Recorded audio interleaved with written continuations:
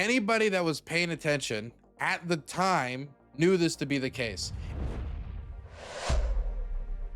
And when I was talking to conservatives, some of them, I would say, even respectful conservatives who are trying to stay in the good graces of the administration for one reason or the other, uh, it was hard to communicate with them on this because it felt like they were waiting for somebody to come in and tell them what the catch was. Because the story was so overwhelmingly pathetic that in any other administration, it would have been something that would have led to people getting sacked. But considering how let's just say the layover rate in the Trump administration historically has been comically high, and we already had Waltz go down, okay, get demoted, even though that's not the way that they want to phrase it, from National Security Advisor. And I don't think the administration was in the mood to remove Pete Hegseth.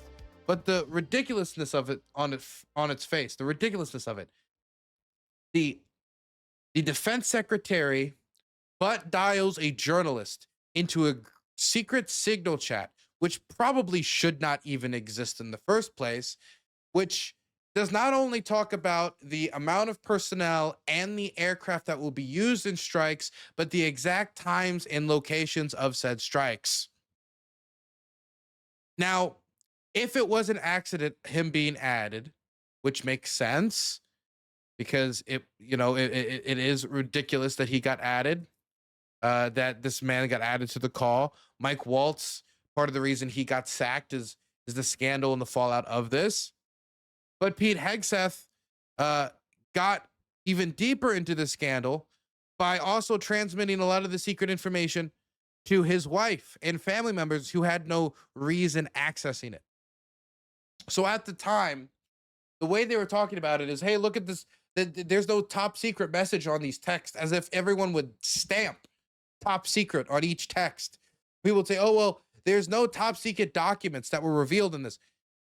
You don't need to call something top secret. Top secret isn't like a cartoon spy movie where you say it's we have the top secret pin, which marks it as do not share. Even though in Trump's world, if he's president and he's like mind released it, whether or not he's verbally even declared that it's declassified, it's declassified anyway, as we all saw from the Mar-a-Lago document scandal. But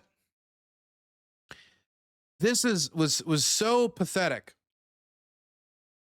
Not just the fact that a journalist got butt dialed in, but the fact that Pete Hegseth thought it was necessary to share this information with his wife and with other people in his personal life, as if they needed to know this strike data. These are people that are not in a need to know basis, and he's treating them as if they are in a need to know basis because he's personally involved with them. On top of the fact that journalists are getting butt dialed into these situations. It read security problem all over it. And it was all caused by incompetence, not just in the platforms that were being used, but also in the way the platforms were being used.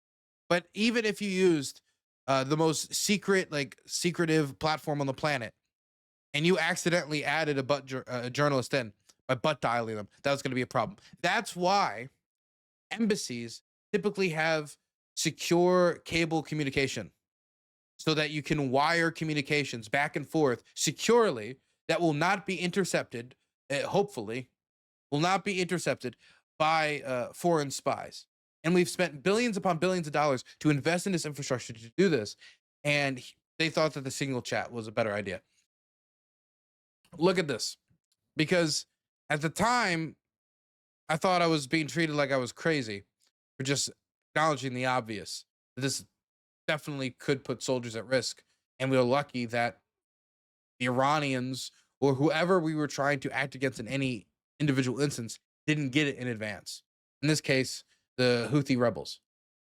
Secretary of Defense Pete Hegseth risked compromising sensitive military information, which could have endangered American troops and mission objectives, when he used Signal in March of this year to share highly sensitive attack plans targeting Houthi rebels in Yemen, according to 4 sources familiar with the contents of a classified Inspector General report.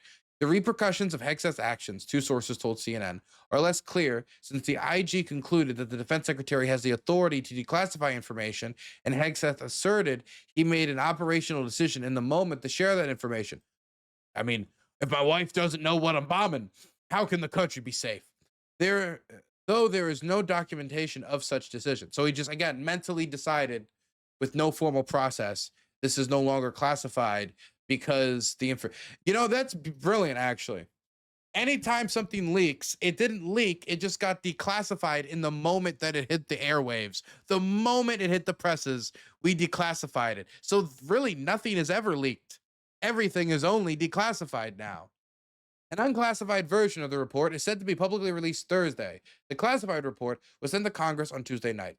The message sent from Hegseth's Signal account to the group chat, the contents of which sources previously confirmed to CNN, included material from documents marked classified.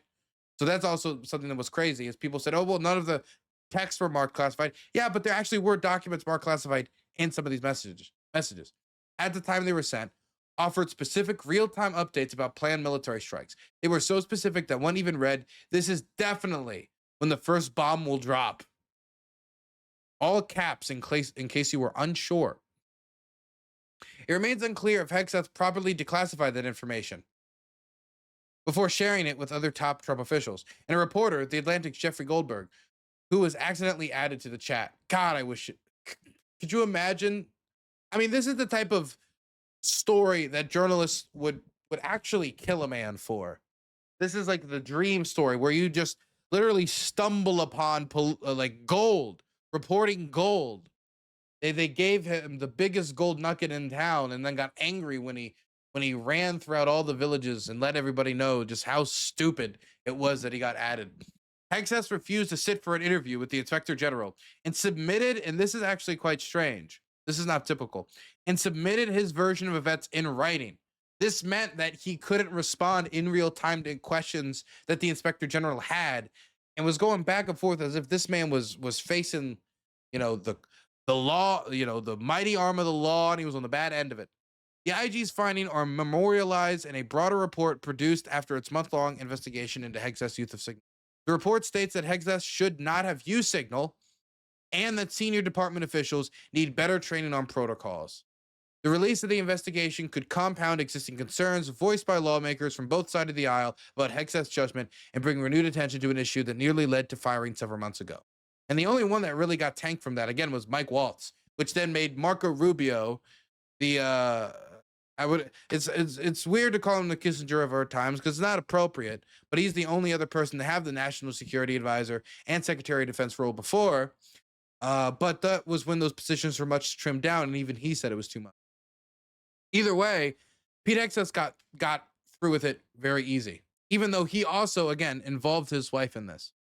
Then Hegseth is going to get involved in other scandals, as we saw with the Venezuelan drug boat scandal, where the government of Venezuela has been put under immense pressure by the Trump administration. They've put 15,000 troops in the region, 12 ships, including our largest aircraft carrier, the Ford, in the region, massive military deployment, historical terms. And at the same time, we've blown up over 20 ships.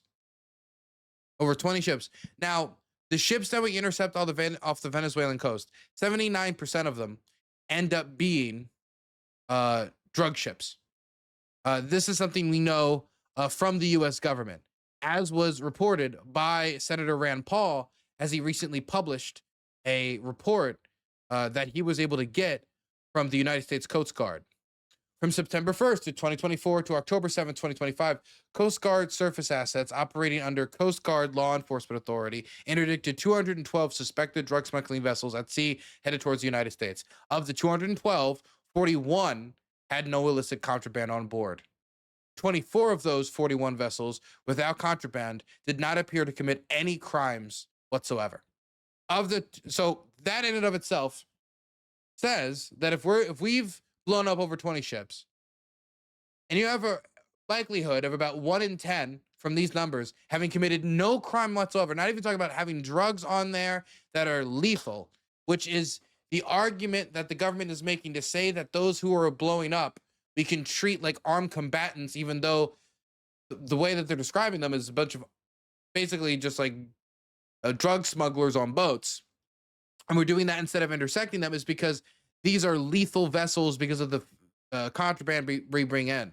But under these rates, if we were to comparatively compare that to the boats that we've blown up, assuming that we're not doing interdiction, if we were just only blowing ships up, I mean, the possibility of one of those ships being full of fishermen or full of people who were not committing a crime, it's not unlikely.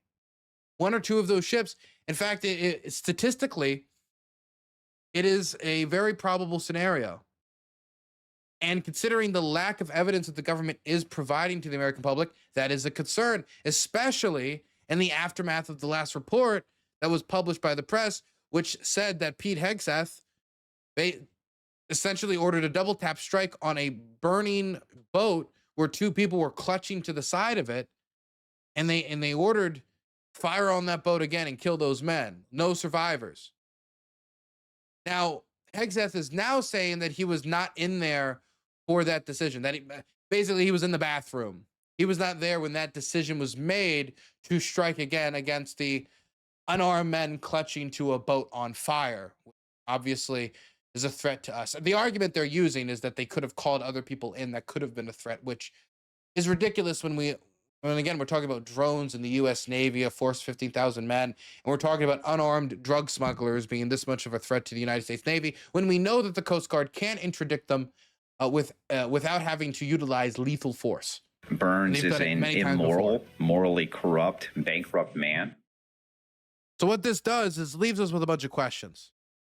It leaves us with the question of, can we get all the evidence for all the people who have been blown up that they were smuggling drugs? Number two, even if they were, can we legally mark them as combatants and use this force unilaterally by the President of the United States? It seems like a military operation where Congress has not been consulted. Number three, do we know that Pete Hegseth didn't give the order? And if he did or did not, why was a double tap strike ordered in this instance? Because this would be considered a war crime. Once they are no longer a threat like that, and you can't and we have a process, have an ability to go in there and get them, to blow them up again, knowing that there is no threat, just to take them all out, to use, Delta Team or whatever force possible to do, that is a war crime under international law. And so that's why Pete Hegseth, at the same time where they're denying that, a war crime was committed because the orders were followed and therefore the Army doesn't follow illegal orders, doesn't carry illegal orders, therefore it is not illegal. At the same time that they're making that argument, he refuses to be directly associated with the order.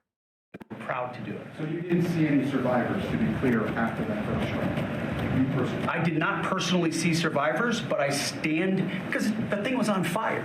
It was exploded and fire and smoke. You can't see anything. You got digital. This is called the fog of war. This is what you in the press don't understand. You sit in your air-conditioned offices or up on Capitol Hill and you nitpick and you plant fake stories in the Washington Post about kill everybody, phrases on anonymous sources not based in anything, not based in any truth at all. And then you want to throw out really irresponsible terms about American heroes, about the judgment that they made. I wrote a whole book on this topic because of what politicians and the press does to warfighters. I wrote a whole book on this. Did not come off very well. This is not Piers Morgan, okay? This is the Defense Department. I wrote a book on this. You and the press will never understand what warfighters have to go. You come off so whiny. That's the main crime of Pete Hegseth, is to make the warfighter come off so whiny when he engages with the press. Oh, we can't have a critical press in the Pentagon anymore. Kick out all the independent reporters. Replace them all with brown-nosing podcasters. Oh, the press asked me a question that was semi-hostile. Let me posture for the next 2 minutes about how evil it is in order to get the president's approval. Like, at some point, you have to say, is this really what you want the armed forces to be associated with? I don't.